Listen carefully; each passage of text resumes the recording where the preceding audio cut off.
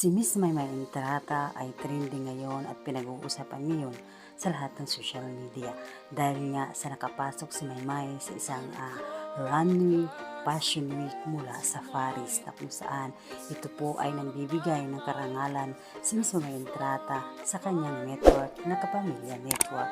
Kaya naman guys, kalawat kanan ngayon ang papuri na natatanggap ni Miss Maymay Entrata dahil si Miss Maymay ang kauna-unahang Pilipina na rumampa ito sa runway fashion week mula sa Paris na kung saan ito po ay pinag-uusapan ngayon sa lahat ng social media.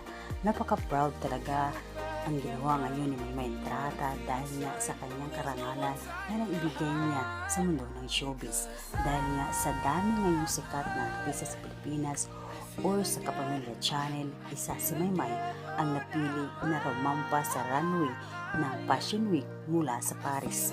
Noong inirampa ni Maymay Entrata ang napakaganda na kasuotan ito na kung saan ay nagbigay ito ng papuri sa ilan sa mga sikat na modelo mula sa Paris. Yung ilan naman ay talaga naman pinapalpakan sa Maymay habang ito ay kasuotan niya ang napakagandang gown na ito.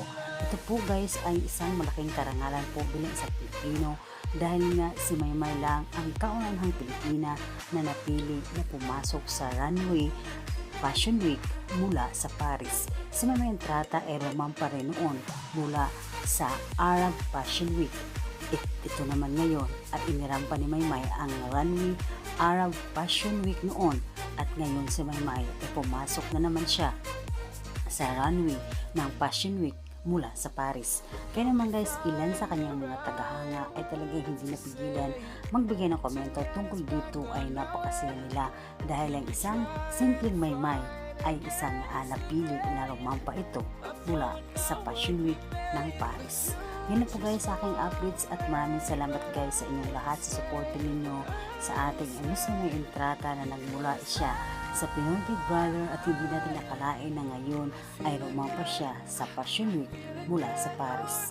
Yan na po guys sa aking updates at mga kayong comment, reaction at opinion sa video yung napanood. Huwag po kayong mag-atubiling mag-comment po kayo sa baba ng ating video na ito.